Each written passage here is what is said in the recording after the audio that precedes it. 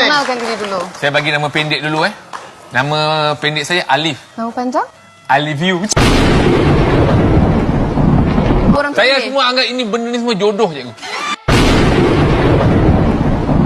Cikgu, saya tanya cikgu, satu hari ada berapa jam?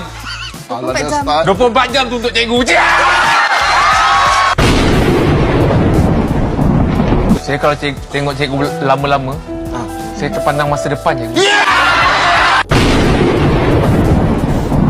Boleh tak kita belajar sama-sama, cikgu? Mestilah boleh. Itulah tujuan saya kemari. Saya nak belajar dengan cikgu. Belajar. Apa? Belajar kenali hati budi masing-masing. Cikgu tahu KLCC? KLCC yang Cikgu tahu? tinggi tu? Tahu. Zoo negara tahu? Tahu? Satu benda cikgu tak tahu. Apa dia? Saya cinta sangat pada cikgu.